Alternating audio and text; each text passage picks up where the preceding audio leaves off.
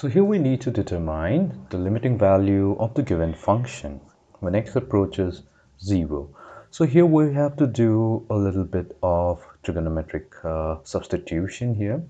Now the trick lies here is to look for the denominator of the argument of sine inverse, meaning the 1 plus x squared. This is the denominator of the argument of the inverse function.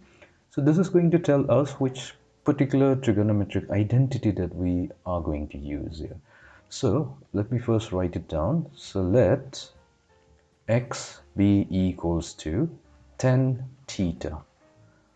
Now the reason why I'm specifically using here tangent theta is because when we substitute for x with tangent of theta, what we're going to get is 1 plus tangent squared theta in the denominator, and this this itself is an identity which is equals to secant squared theta. So it will become easier to reduce or simplify the argument. So let's go ahead and substitute this value. So we have, so I'm going to talk about the limit a little bit later. So we have 1 over, so x. So x here will be tangent of theta times sine inverse of, so 2 of x. So this will become 2 times tangent of theta divided by 1 plus tangent squared theta. So that is secant squared theta. So where this is the function that we're talking about. So we have 1 over tangent of theta times sine inverse 2. So tangent theta will be sine theta over cosine theta divided by secant squared theta is 1 over cosine squared theta. So that will give us 1 over tangent of theta times sine inverse of 2. So we have sine theta times cosine of theta. Now we know that sine theta 2 times sine theta times cosine of theta is an identity which is equivalent to sine to theta. So that means we have 1 over tangent of theta times sine inverse of sine to theta. Now sine inverse of the sine function is going to be simply equals to 2 theta over tangent of theta. So now our function 1 over x times sine inverse of twice x over 1 plus x squared, when we make the transformation from x to tangent of theta, what we get is 2 theta over tangent of theta. Now we'll have to change the limit from x to theta. Now clearly we see here that when x approaches, so we're going to use x equals to tangent of theta. So when x approaches 0, so let me write it here. So when x approaches 0, so we have tangent of theta equals to 0, which implies that theta is also approaching 0. So this is going to give us limit theta approaching 0 to theta over tangent of theta, and that will be equals to 2 times 1 over limit theta approaching 0 tangent of theta divided by theta. So we have divided the denominator, which is tangent of theta, by the numerator theta.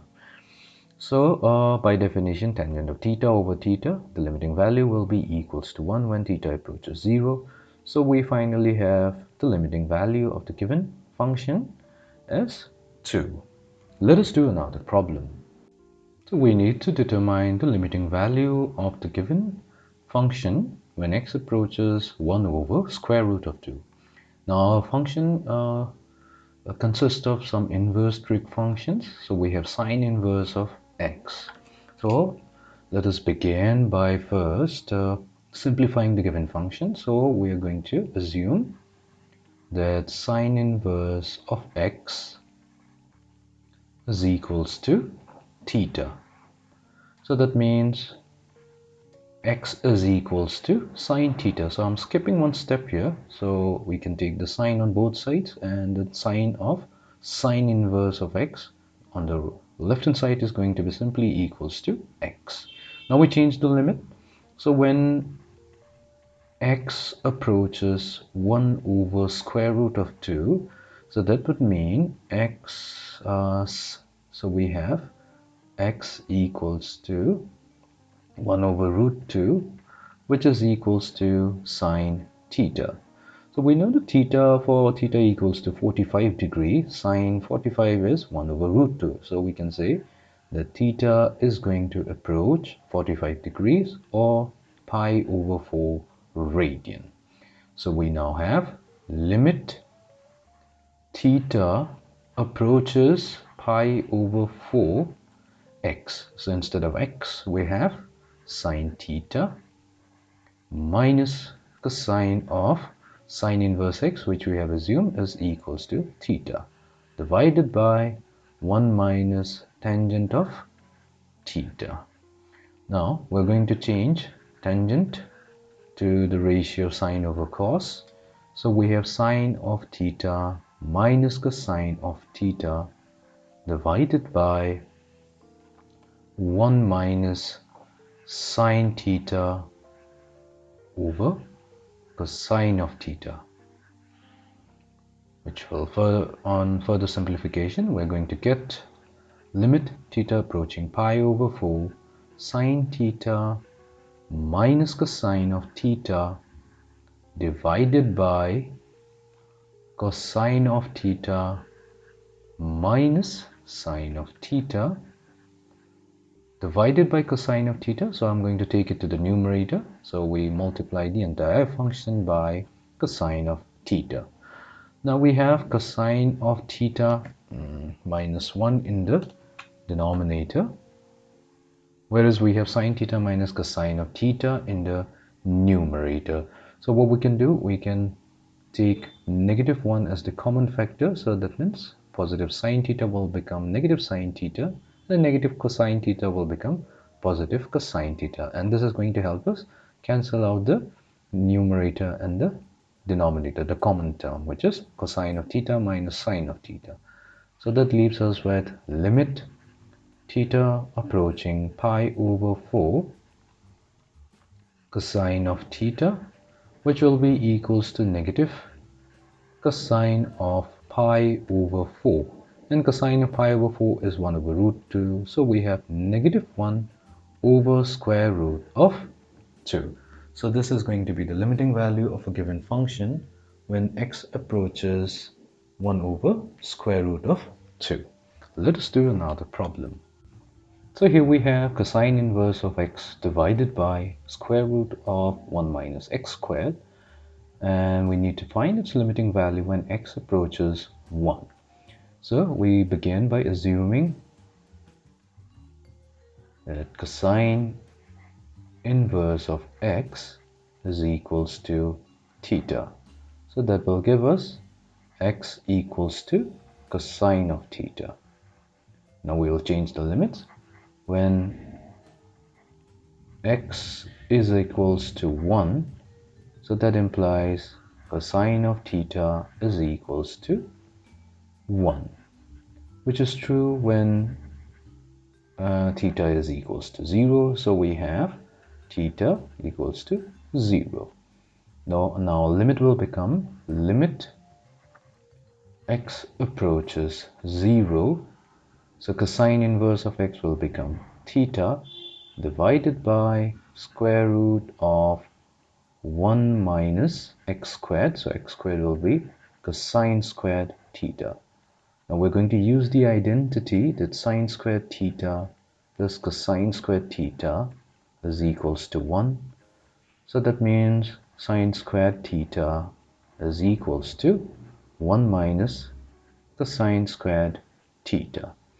Now taking the square root, we have sine theta is plus or minus 1 minus cosine squared theta. Now what we're going to do, we're going to consider the left-hand limit, the right-hand limit. So that means we're going to calculate the limit when x approaches 0 from the right-hand side. So that means we are on the positive axis. So we'll consider only the positive value of sine theta, which is square root of 1 minus the sine squared theta. So we have limit x approaches 0 positive, theta divided by sine theta. Now this is as per definition, the limiting value of theta over sine theta when x approaches 0 is going to be equals to 1. So we have limit x approaching 1 from the left hand side, cosine inverse of x over square root of 1 minus x squared is equals to 1. Let us do another problem. So here we have the function sine inverse of 3x divided by sine 4x. So we need to determine its limiting value when x approaches 0. So what we're going to do is we are going to use the definition of the inverse function, which is, let me write it down. So we have limit x approaching 0 sine inverse of x divided by x, which is equals to 1. So we'll consider the numerator, which is sine inverse of 3x. Now we're going to divide it by 3x and multiply by 3x. And for the denominator, we have sine 4x. So we're going to divide it by 4x and then multiply by 4x. So this takes care of the x. So the x and x gets cancelled. So we have 3 over 4 limit x approaching 0 sine inverse of 3x divided by thrice x whole divided by limit x approaching 0 sine 4x over 4x. So using the definition of limits, so we have 1 over 1 and our final limiting value is 3 over 4. Let us do another problem. So we have to determine the limiting value of the given function when x approaches 0. Now we have some irrational numbers in the numerator, so we have to first rationalize it. So let us first rationalize it. So in order to do that, what we're going to do is we're going to multiply and divide by the conjugate of the numerator. So we have square root of 1 plus x minus square root of 1 minus x divided by sine inverse x.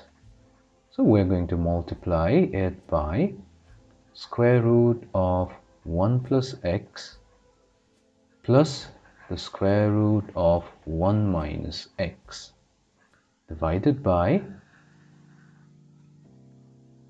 square root of 1 plus x plus the square root of 1 minus x. Now that quickly gives us the identity a minus b times a plus b minus b times a plus b equals a squared minus b squared. So we have limit x approaching 0. So we have square root of 1 plus x whole squared minus the square root of 1 minus x whole squared divided by sine inverse of x times the square root of 1 plus x plus the square root of 1 minus x. Now, upon solving the numerator, so we have limit x approaching 0, so the square root goes away, so we have 1 plus x minus of 1 minus x divided by sine inverse of x times the square root of 1 plus x plus the square root of 1 minus x. So this is going to give us limit x approaching 0. So we have 1 plus x minus of 1, and minus of negative x will be positive x, divided by sine inverse of x times the square root of 1 plus x plus the square root of 1 minus x. So the 1 and negative 1 gets cancelled in the numerator, leaving us with twice of x. So let's rewrite. So 2 being a constant, I'm taking it out of the limit. So we have 2 times the limit x approaching 0, x over sine inverse of x times the limit x approaching 0, 1 over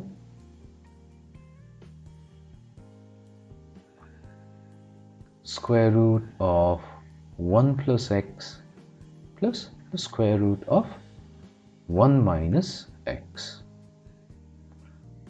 So we'll have the limiting value of x divided by sine inverse x is going to be equals to 1 times 1 over square root of 1 plus 0, which is 1, plus 1 minus 0, which is also 1. So that gives us 2 divided by square root of 1 is 1. So 1 plus 1, which is 2. So our final limiting value is going to be equals to 1. So this is the limiting value of our given function when x approaches 0. Let us do another problem. So here we have another function. We need to find its limiting value when x approaches 0. So let us begin by first substituting the value of sine inverse x with theta. So sine inverse of x is equals to theta. So that is going to give us x equals to sine theta. Now, when x is equals to theta, that implies x equals to 0. That means sine of theta is equals to 0, which is true when theta is equals to 0. So that means we can now change our limit from x to theta. So we have limit theta approaching 0. Now we start with the numerator. We have x. So x will be sine of theta multiplied to 1 minus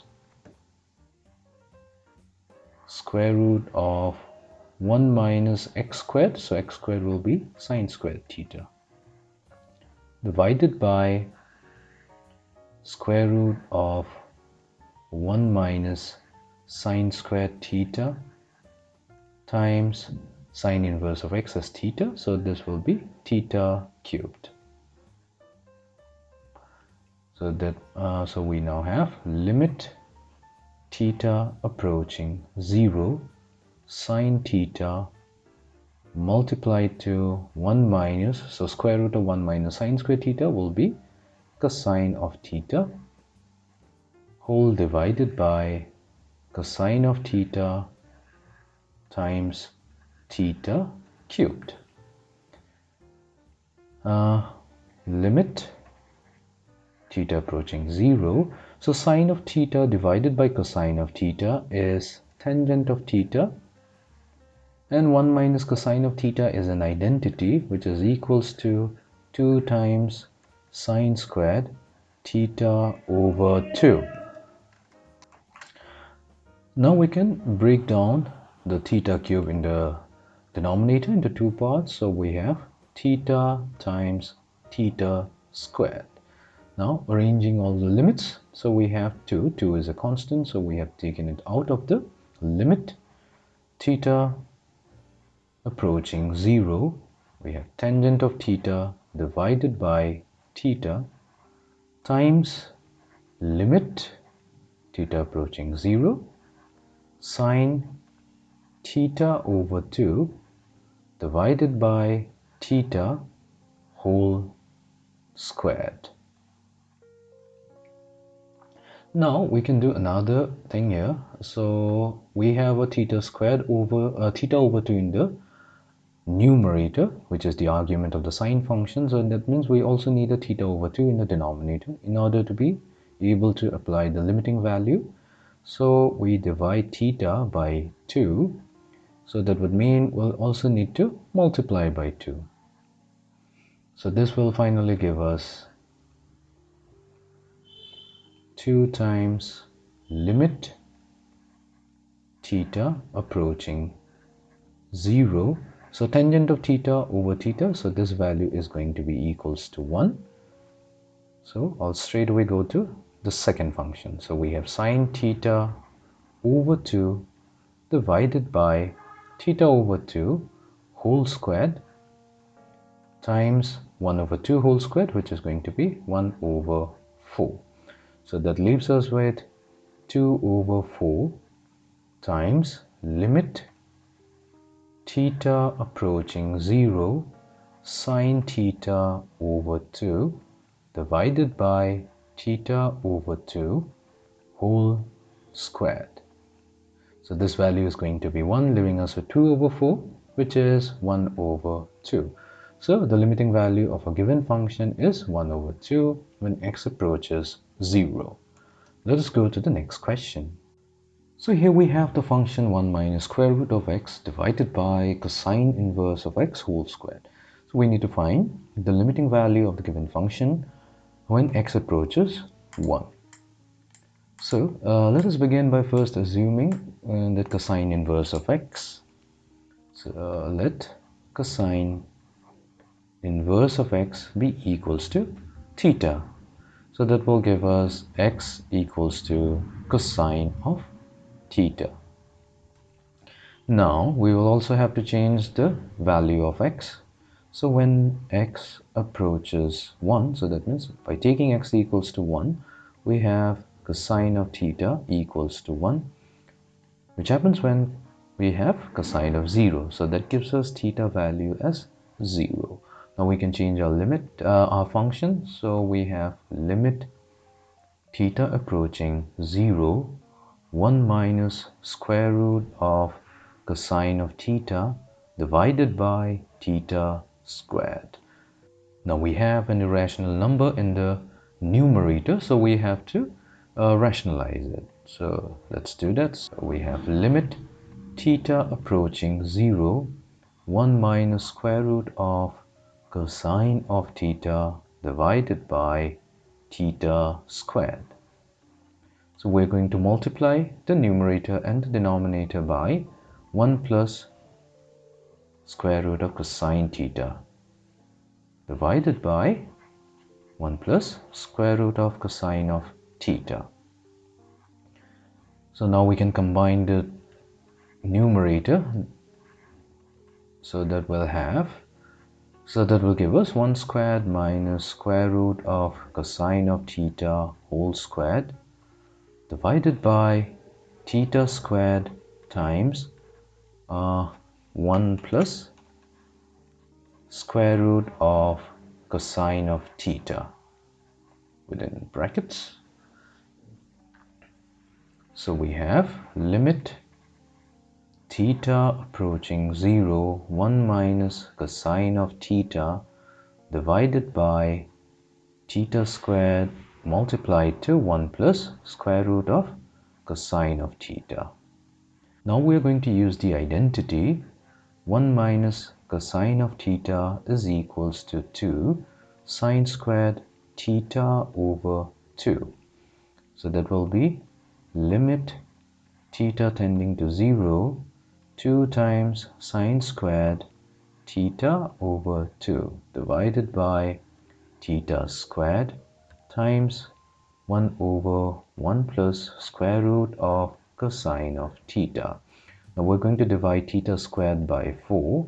So that means we'll also need to multiply by 4. So the 2 and 4 gets cancelled, leaving us with 1 over 2 limit theta approaching 0 sine theta over 2 divided by theta over 2 whole squared. times limit theta tending to 0, 1 over 1 plus square root of cosine of theta, which will be equals to half the limiting value of sine theta over 2 divided by theta over 2 is going to be 1 times 1 plus cosine of 0 is going to be equals to 1. So we have 1 plus 1 in the denominator. So that gives us 1 over 4. So this is going to be the limiting value of the given function. So this is going to be equals to 1 over 4 when theta approaches 0 or when x approaches 1.